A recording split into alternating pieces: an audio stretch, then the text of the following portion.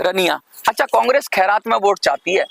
कांग्रेस को मुसलमान तो खैरात में मिल जाता है, उसे बीजेपी का डर दिखा देती है कि बीजेपी तुम्हारे पास अत्याचार करेगी, ये करेगी, इसलिए मुफ्त में मुझे वोट दे दो। मुसलमानों के लिए कुछ करती तो है नहीं, मुसलमानों की एजुकेशन की बात नहीं करेगी। मुसलमानों में जो एक्सट्रीमिस्ट हैं, जो ऐसे बाबा हैं मुसलमानों के, या ऐसे मौलाना टाइप के लोग हैं दाढ़ी वाले, जो उल्टा सीधा जहर बोलते हैं समाज में, उन्हीं के गले में हाथ डालती है, उन्हीं का वेलफेयर करती है। जो आम मुसलमान है उनका वेलफेयर नहीं करती, उनको तो सिर्फ बीजेपी का डर दिखा के वोट ले लेती है। तो मुसलमान का वोट तो इसको कांग्रेस को मुफ्त में मिल जाता है। इसने सोचा दलितों का वोट भी मुफ्त में ले लो, लेकिन दलितों के लिए बहुत सारे लोग थे, मायावती थी, चंद्रशेखर थे, बहुत सारे लोग थे दलितों के लिए, तो उन दलितों का वोट मुफ्त में इसको मिला नहीं। पेंशनरों का भी ये वोट मुफ्त में चाहते थे कि पेंशनरों को कुछ देना ना पड़े, बीजेपी से नाराज होकर हमें दे दें। ये बिल्ली के भाग से छीका फूटने वाली बात करना चाहते हैं कि मुफ्त में बीजेपी की गलतियों की वजह से हमें वोट मिल जाए। अरे भाई, तुम कब अपना काम करोगे? तुम कब लोगों के मुद्दे उठाओगे? तुम कब लोगों की अच्छे हित की बात करोगे जब तुम्हें वोट मिलेगा? तुम ये चाहते हो कि बीजेपी गलती करे, मोदी गलती करे, तभी तुम जीतोगे। तो तुम्हारा भी हाल बहुत बुरा होने वाला है, और बुरा हो गया हरियाणा में। अब महाराष्ट्र में भी अभी तुमने सबक नहीं लिया, कांग्रेस और बीजेपी ने सबक नहीं लिया। महाराष्ट्र में तो जो भी हारेगा ना, वो उस पेंशनर की।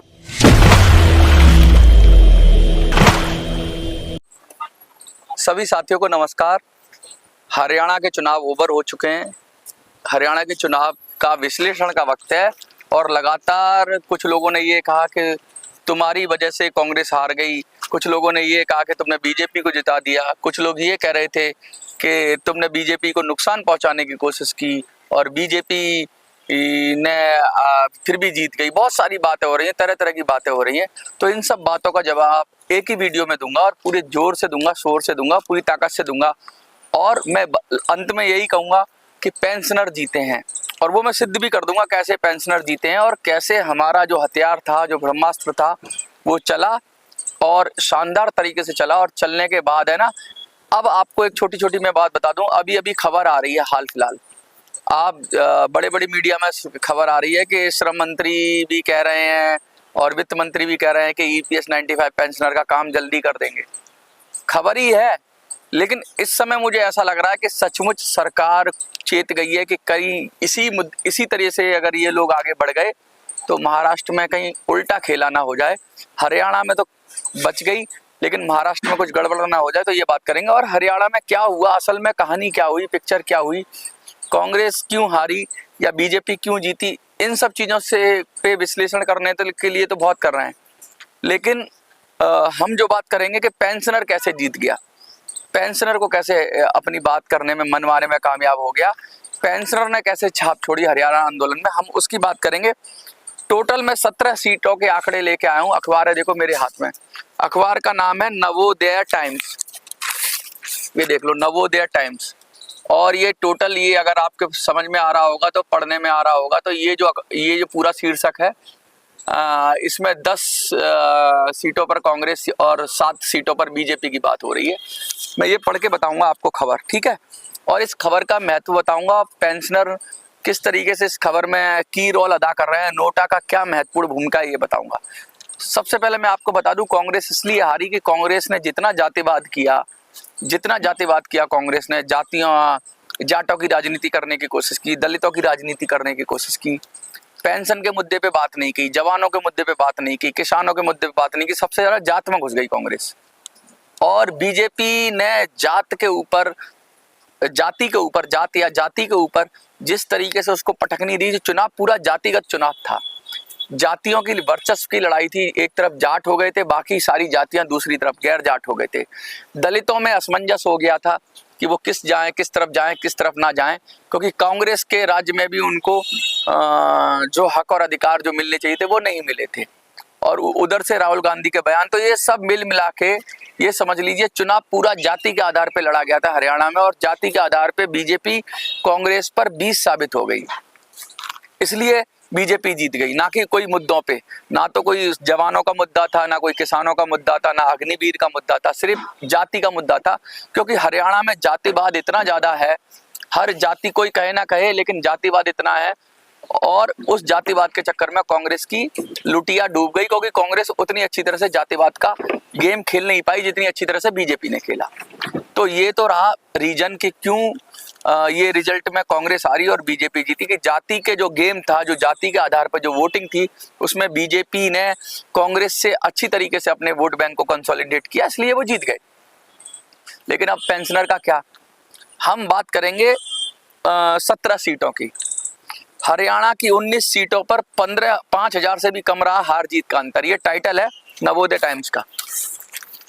यानी टोटल 19 सीटें ऐसी थी जिनमें 5,000 से कम अंतर रहा जीत का। यानी 5,000 वोट इधर हो जाते या उधर हो जाते तो दूसरी पार्टी जीत जाती। 10 सीटों ने पलट दिया कांग्रेस का खेल। 19 में से भी 10 सीटों ने कांग्रेस का खेल पलट दिया। अगर वो 10 सीटों पे कांग्रेस अगर अच्छी बात कर लेती, पेंशनरों को साथ ले लेती 10 सीटों पे, तो कांग्रेस का गेम बन सकता था। लेकिन वो 10 सीटों पे कांग्रेस चूक गई। कांग्रेस पेंशनर का मुद्दा चूक गई और बड़े कम मार्जिन से कांग्रेस हार गई। इसी तरह 7 सीटें 7 सीटों पे बीजेपी हार गई बड़े कम मार्जिन से। तो यानी कि 17 सीटें हैं टोटल, जिसमें से 10 कांग्रेस हार गई और 7 बीजेपी हार गई। तो बीजेपी 7 हार जाती तो बीजेपी भी अगर 7 हार गई तो बीजेपी 7 और जीत जाती तो बीजेपी तो प्लस में आनी ही थी। यानी बीजेपी को अगर पेंशनर पे वोट से कोई फर्क नहीं पड़ने वाला था, क्योंकि उसने ऑलरेडी जाति का इतनी अच्छी तरीके से समीकरण सेट कर रखा था। तो इसलिए वो शायद तब भी सरकार बना लेती अगर और थोड़ा सा उसको नुकसान होता। लेकिन अगर कांग्रेस पेंशनरों की आवाज उठा देती, कांग्रेस के अगर राहुल गांधी पेंशनर की बात कर लेते, तो 36 से 46 सीटें हो जाती और 45 पे सरकार बन जाती। तो देखिए 10 सीटों से पलट दिया कांग्रेस का खेल, 10 सीटों ने पलट दिया कांग्रेस का खेल।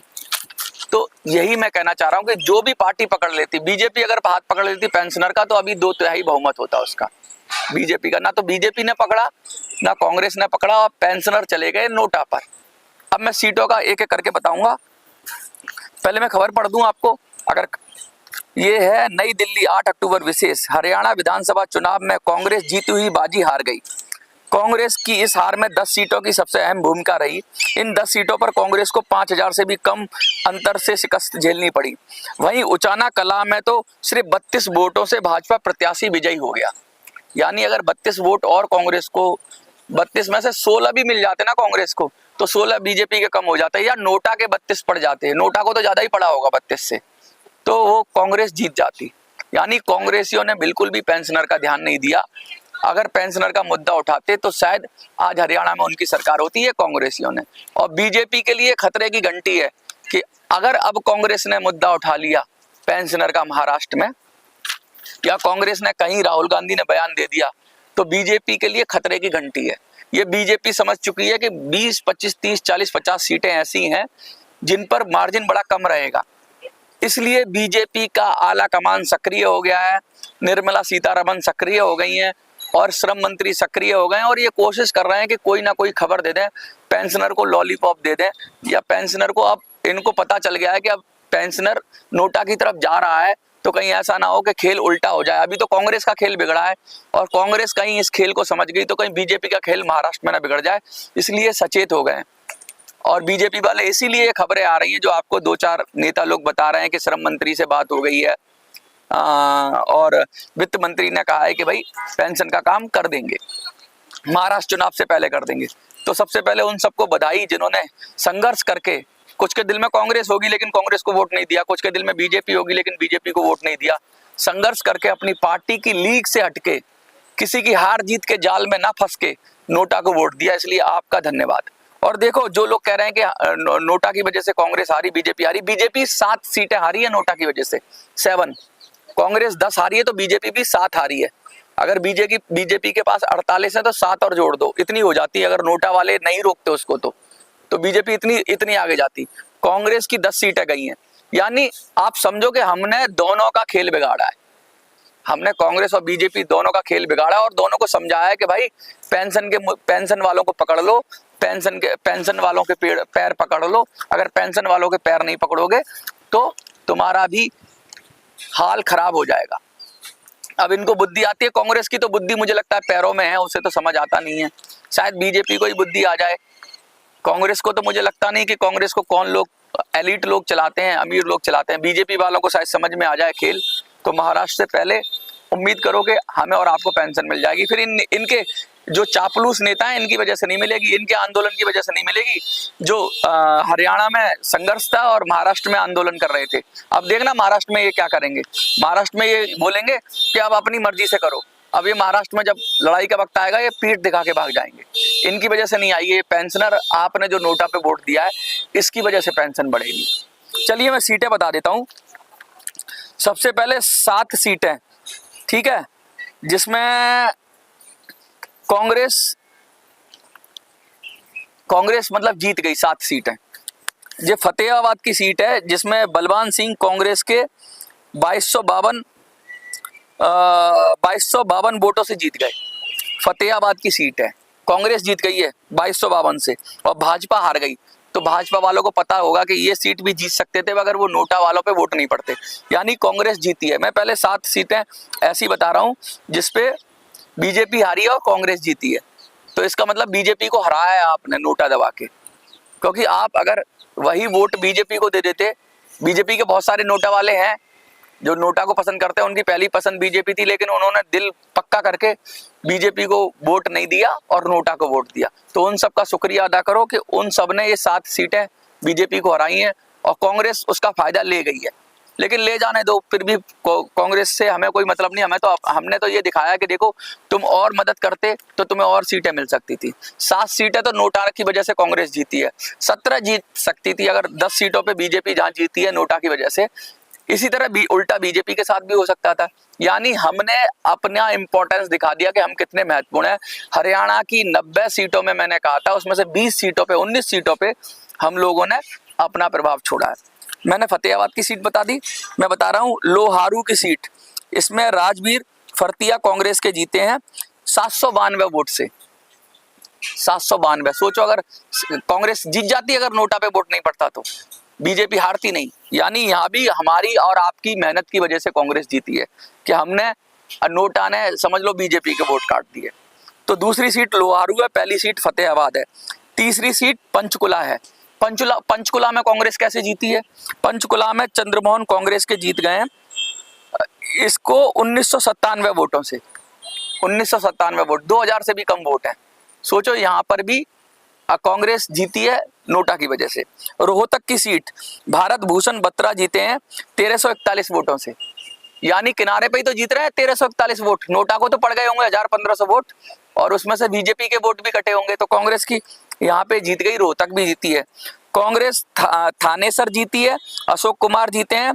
यहाँ पे थोड़ा मार्जिन ज्यादा है, तो यहाँ पे मैं कह सकता हूँ नोटा की वजह से शायद ना हारे हों, ना जीते हों कांग्रेस, क्योंकि 3243 का मार्जिन है यहाँ पे। लेकिन फिर भी नोटा का एक रूप रहा है कि नोटा ने भी 1000-1500 वोट काटे होंगे बीजेपी के। इसी तरह आदमपुर में है, इसमें 1268 वोट से कांग्रेस जीत गई है, 1268 वोट से, और बीजेपी हार गई है। तो आदमपुर भी कांग्रेस नोटा की वजह से जीत गई। अगर नोटा वाले वोट बीजेपी को पड़ गए होते तो आदमपुर भी कांग्रेस के हाथ से चला जाता। यानी कांग्रेस की मरियल हो जाती। कांग्रेस की तो वो दुर्दशा होती जिसको कोई पानी देने वाला पैदा नहीं होता अगर बीजेपी पेंशनर का हाथ पकड़ लेती। लेकिन बीजेपी ने पेंशनर का हाथ नहीं पकड़ा, इसलिए बीजेपी इतनी गिरी, वरना बीजेपी और तेज जाती। और कांग्रेस अगर पेंशनर का हाथ पकड़ लेती तो कांग्रेस कम से कम सरकार बना लेती, ऐसा मेरा कहना है। तो कांग्रेस अगर कांग्रेस हारी भी, कांग्रेस जीत भी रही है तो नोटा की वजह से। सधोरा की सीट है, रेनू बाला कांग्रेस की जीती है 1699 वोट से। यानी 7 सीटों पे में से एक सीट 3000 देख लो, वरना सारी सीटें 2000 से कम ही है। यानी इतना तो वोट पेंशन उसको नोटा को पड़ ही गया होगा। तो 7 सीटों पे हमने किसको जिताया है? हमने किसी को जिताया नहीं है, वैसे तो हम ये बात गलत कहेंगे। हमने बीजेपी को 7 सीटों पे नोटा ने हराया। और हराया जिताया क्या? हमने वो मार्जिन उतना वोट ले लिया जितने वोट से हार जीत हो रही थी। कौन हारा कौन जीता हमें मतलब नहीं, लेकिन नोटा ने ये कह दिया कि हमारा वोट जिसके पास पड़ जाता वो जीत जाता। तो ये आपने संदेश दिया। और जो कांग्रेस बीजेपी के चमचे हैं वो मेरे वीडियो ना देखा करें, वो दफा हो जाएं। और अगर तुम कांग्रेस को प्यार करते हो तब भी दफा हो जाओ यहाँ से पहली फ्लाइट पकड़ के, और बीजेपी को प्यार करते हो तब भी दफा हो जाओ, क्योंकि तुम दोनों लोग गद्दार हो। तुम पेंशनर के गद्दार हो। अगर तुम्हारे मन में बीजेपी के लिए रहम है या कांग्रेस के लिए रहम है तो तुम पेंशनर के लिए रहम नहीं दे सकते, क्योंकि तुम्हारा मन तो वहीं घुसेगा। तुम तो ये चाहोगे कांग्रेस हार जाए, कांग्रेस वाला चाहेगा बीजेपी हार जाए।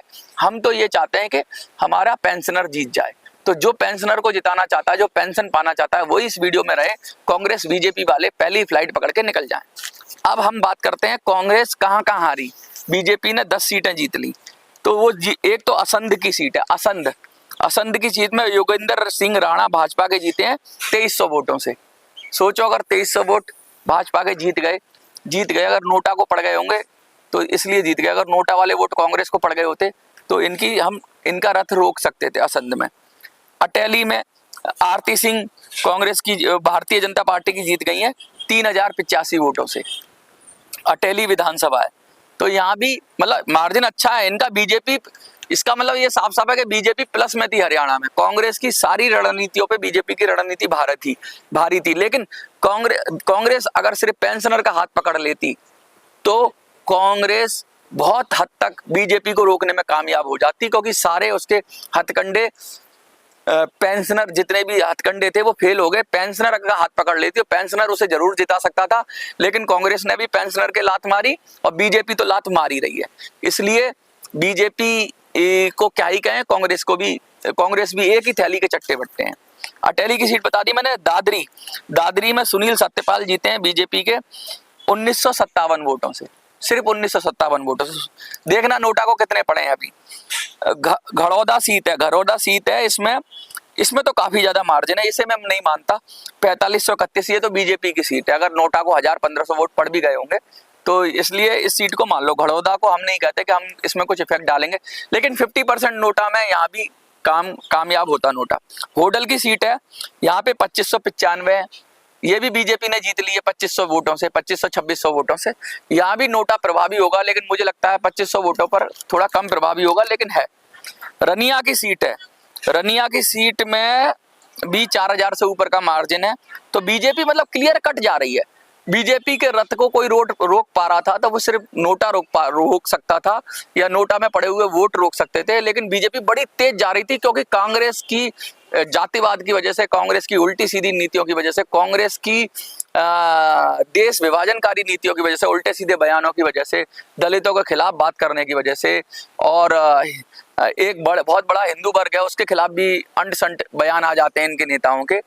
और भारत के टुकड़े गैंग के खिलाफ समर्थन में भी चले जाते हैं ये लोग। मुसलमानों के हित की बात करना अच्छी बात है, कांग्रेस करे, बीजेपी करे, अच्छी बात है। लेकिन जो अराजक तत्व हैं, कांग्रेस अगर उनको गले में डालेगी, जैसे कि खालिस्तानियों के साथ फोटो खिंचवाती है विदेश में जाके, तो ये कोई पसंद नहीं करेगा। खासकर कुछ लोगों को पसंद आ सकता है, लेकिन ज्यादा लोगों को पसंद नहीं आ सकता। जो देश के टुकड़े की बात कर रहे हैं, जिनको हम कहते हैं कि जो देश के टुकड़े करने की कोशिश करते हैं, जो कश्मीर को अलग करने की कोशिश करते हैं, या जो पंजाब को अलग करने की कोशिश करते हैं, या जो नॉर्थ ईस्ट को अलग करने की कोशिश करती हैं, ऐसी ताकतों को कांग्रेस धर्म के नाम पर अगर संरक्षण देती है तो दूसरा जो वर्ग है वो तो नाराज होगा ही होगा। ये सब लोगों को जो टुकड़े करने वाले हैं, ये मुसलमानों को रिप्रेजेंट नहीं करते, ये अलग तरीके के लोग हैं। ये सिखों को रिप्रेजेंट नहीं करते, ये अन्य लोगों को रिप्रेजेंट नहीं करते। लेकिन कांग्रेस ने इन लोगों को गले में लगाया। उन्होंने अब्दुल कलाम जैसे लोगों को गले से नहीं लगाया, उन्होंने बीर अब्दुल हमीद जैसे लोगों को गले से नहीं लगाया। कांग्रेस ने किसको लगाया? लादेन जैसे लोगों को, लादेन जैसी सोच वाले लोगों को गले से लगाया। इसलिए कांग्रेस को ये बुरा हाल हो गया, क्योंकि दूसरा वर्ग भी तो देख रहा है। कांग्रेस बांग्लादेश पर कुछ नहीं बोलती जब बांग्लादेश में अल्पसंख्यकों के साथ अत्याचार होता है। कांग्रेस अपना गाजा पर स्टेटमेंट जारी करती है। तो इस वजह से कांग्रेस का जो ये जो उल्टी सीधी नीतियां हैं, जो नहीं करनी चाहिए, अच्छी बात करनी चाहिए, सबकी बात करनी चाहिए, लेकिन कांग्रेस जो कट्टरपंथी शक्तियों के पास चली गई, उस वजह से उसका नुकसान हुआ। और फिर जातिवाद में भी घुस गई, और जातिवाद में भी घुस के अब दलित भी उसके खिलाफ हो गए। बहुत सारी चीजों में कांग्रेस की नीतियां उल्टी रहीं, और ये सब उल्टी नीतियां होती, लेकिन अगर वो पेंशनर का हाथ पकड़ लेती तब भी उसकी नैया पार हो जाती। लेकिन उसकी नैया इसलिए डूबी कि वो सब उल्टी नीतियों पे चल रही थी। मैं रनिया की सीट बता दूं, रनिया की सीट भी बसपा, अर्जुन चौटाला इनेलो बसपा से जीत गए हैं और कांग्रेस हार गई है, लेकिन ये काफी मार्जिन से हारी है। तो रनिया की सीट अलग से मैं बताऊंगा, मैं तो सिर्फ अभी बीजेपी वाली बता रहा हूँ। रनिया मैंने गलत बता दिया, बीजेपी जहां जहां जीती है, कितना मार्जिन से कांग्रेस को हराया है वो बता रहा हूँ। महेंद्रगढ़ की सीट है, 2648 वोटों से बीजेपी जीती। अगर यहाँ कांग्रेस चाहती तो नोटा को, अगर नोट पेंशनर की बात उठाती तो शायद कांग्रेस को हक मिल जाता। पुंडरी की सीट है, यहाँ भी 2197 वोटों से डिफरेंस आया है, ठीक है। राई की सीट है, राई की सीट खैर बीजेपी की क्लियर कट हो रही है क्योंकि 4673 वोटों से बीजेपी जीती है, लेकिन मैं फिर भी ये कह रहा हूँ कि अगर हाँ पेंशनर यहाँ कुछ ना कुछ तो कर ही सकता था। सफीदो एक जगह है, यहाँ की 4000 से बीजेपी जीती है। उचान कला ये 32 वोटों से चतुर्भुज अत्री भारतीय जनता पार्टी के जीत गए हैं। देवेंद्र चतुर्भुज अत्री और विजेंद्र सिंह कांग्रेस के हार गए हैं 32 वोटों से। सोचो अगर नोटा होता तो कांग्रेस जीत जाती ना। यानी टोटल 50-50 रहा। 50% नोटा वाले, 50% जो जैसे 20 सीटें हैं तो इसमें से हमने 10 सीटें नोटा की वजह से बीजेपी जीत गई, या समझ लो 10 सीटें कांग्रेस जीत गई, या ऐसे समझ लो लगभग 10 सीटें कांग्रेस हार गई और 10 सीटें बीजेपी हार गई। तो नोटा ने दोनों को संदेश दिया है, नोटा ने बीजेपी को भी संदेश दिया है, नोटा ने कांग्रेस को भी संदेश दिया, तुम में से जो हमें साथ ले लेता उसको हम बहुत आगे बढ़ा देते। बीजेपी साथ ले लेती तो क्लियर कट इतना बड़ा मैंडेट होता कि पूरे देश में संदेश जाता कि मोदी लहर चल रही है। बीजेपी ने साथ नहीं लिया, इसलिए मोदी लहर कट गई, ये 50-48 सीटों पर ही रह गए। अगर कांग्रेस रह लेती, साथ ले लेती पेंशनर को, तो कांग्रेस ये संदेश देता कि कोई मोदी लहर नहीं है, क्योंकि कांग्रेस हरियाणा में सरकार बना लेती। क्योंकि 36 है, अभी 37 है कांग्रेस की, 10 और मिल जाती तो 47 हो जाती, 45 पे सरकार बनती है हरियाणा में। यानी कांग्रेस को जो चांस था वो कांग्रेस ने भी मिस किया। और बीजेपी की तो गलती थी कि उन्होंने पेंशनर को कुछ नहीं दिया, लेकिन वो जो चांस कांग्रेस लपक सकती थी बीजेपी के खिलाफ, राहुल गांधी उठ के खड़े हो जाते पेंशनर के लिए और बयान देते और अभियान चलाते, तो मुझे लगता है बहुत वोट पड़ता कांग्रेस को, और राहुल गांधी यहाँ चूक कर गया। अब बीजेपी, अब महाराष्ट्र का चुनाव देखना है, महाराष्ट्र के चुनाव में कौन चूक करता है। क्या राहुल गांधी फिर बेवकूफी करेंगे, या मोदी अब की इस बार तो हरियाणा में बच गए मोदी, क्योंकि हरियाणा में बहुत बड़े मार्जिन से जीत रहे थे, लेकिन महाराष्ट्र में बड़ा पंगा होने वाला है। महाराष्ट्र में हम नोटा के अलावा भी बहुत सारी रणनीति डिस्कस करेंगे, हम नोटा भी डिस्कस करेंगे। कुछ लोग कह रहे हैं महाराष्ट्र में नोटा करोगे, अब हम हर कदम पे आगे बढ़ रहे हैं ना। देखो हमने इतनी सारी, उचान कला का मैंने बता दी ना 32 सीटों पे, और 2 सीटें और है रनिया और डडवाली, इसमें भी इनेलो जीत गई है 610 वोटों से। तो सोचो इनेलो जीत गई, अगर 610 वोट नोटा पे पड़े होते तो नोटा पे 610 से ज्यादा होंगे तो इनेलो को भी हमने ही सीट दिलवाई है, वरना बीजेपी कांग्रेस को कोई सीट मिल गई होती। इसमें से कांग्रेस के हारे हैं, इसमें कांग्रेस के हारे, तो एक सीट डब्बाली भी कांग्रेस जीत सकती थी अगर वो पेंशनर को साथ ले लेती। रनिया, अच्छा कांग्रेस खैरात में वोट चाहती है, कांग्रेस को मुसलमान तो खैरात में मिल जाता है, उसे बीजेपी का डर दिखा देती है कि बीजेपी तुम्हारे पास अत्याचार करेगी, ये करेगी, इसलिए मुफ्त में मुझे वोट दे दो। मुसलमानों के लिए कुछ करती तो है नहीं, मुसलमानों की एजुकेशन की बात नहीं करेगी। मुसलमानों में जो एक्सट्रीमिस्ट हैं, जो ऐसे बाबा हैं मुसलमानों के, या ऐसे मौलाना टाइप के लोग हैं दाढ़ी वाले, जो उल्टा सीधा जहर बोलते हैं समाज में, उन्हीं के गले में हाथ डालती है, उन्हीं का वेलफेयर करती है। जो आम मुसलमान है उनका वेलफेयर नहीं करती, उनको तो सिर्फ बीजेपी का डर दिखा के वोट ले लेती है। तो मुसलमान का वोट तो इसको कांग्रेस को मुफ्त में मिल जाता है। इसने सोचा दलितों का वोट भी मुफ्त में ले लो, लेकिन दलितों के लिए बहुत सारे लोग थे, मायावती थी, चंद्रशेखर थे, बहुत सारे लोग थे दलितों के लिए, तो उन दलितों का वोट मुफ्त में इसको मिला नहीं। पेंशनरों का भी ये वोट मुफ्त में चाहते थे कि पेंशनरों को कुछ देना ना पड़े, बीजेपी से नाराज होकर हमें दे दें। ये बिल्ली के भाग से छीका फूटने वाली बात करना चाहते हैं कि मुफ्त में बीजेपी की गलतियों की वजह से हमें वोट मिल जाए। अरे भाई तुम कब अपना काम करोगे, तुम कब लोगों के मुद्दे उठाओगे, तुम कब लोगों की अच्छे हित की बात करोगे जब तुम्हें वोट मिलेगा। तुम ये चाहते हो कि बीजेपी गलती करे, मोदी गलती करे, तभी तुम जीतोगे, तो तुम्हारा भी हाल बहुत बुरा होने वाला है, और बुरा हो गया हरियाणा में। अब महाराष्ट्र में भी अभी तुमने सबक नहीं लिया, कांग्रेस और बीजेपी ने सबक नहीं लिया महाराष्ट्र में, तो जो भी हारेगा ना वो पेंशनर की वजह से हारेगा। अब ये मैंने पूरा विश्लेषण दे दिया, अखबार में भी ये विश्लेषण है, इससे साफ साफ पता चलता है कि हमने ना तो कांग्रेस को ना बीजेपी को, हमने दोनों को एक तरफ से साइडलाइन किया है और हम जीते हैं, पेंशनर जीते हैं। अब मैंने ये विश्लेषण दिया है, अगर मैं गलत हूं, और मैं उन नेताओं को कहना चाहता हूं जो महाराष्ट्र में आंदोलन कर रहे थे, तुम्हारे से आंदोलन तुम्हारे बस की नहीं है, अब तुम रिटायरमेंट की तुम्हारी उम्र हो गई है, तुम रिटायर करो और ये संगठन बंद करो, तुम्हारे बस का कुछ नहीं है। तो आज आपको लिखना है, क्या लिखना है, क्या लिखवाऊं बताओ, आज लिख दो कि यस, नोटा जीता है। हाँ, नोटा जीता है, क्योंकि मैंने विद प्रूफ और हमने ना किसी कांग्रेस को हराया, ना हमने किसी बीजेपी को हराया, हमने पेंशनर को जिताया और ये क्लियर कट संदेश दे दिया है कि जो पेंशनर की बात करेगा वही देश पे राज करेगा। तो आप लिख दो कमेंट सेक्शन में, नोटा जीता है। कल लिखा था नोटा जीत गया, आज लिख दो नोटा जीता है, और पूरी अथॉरिटी से लिखना, क्योंकि मैंने पूरे फैक्ट के साथ आपको बताया है। और कांग्रेस बीजेपी वाले पहली फ्लाइट पकड़ के निकल रहे हैं यहाँ से। धन्यवाद, नमस्कार।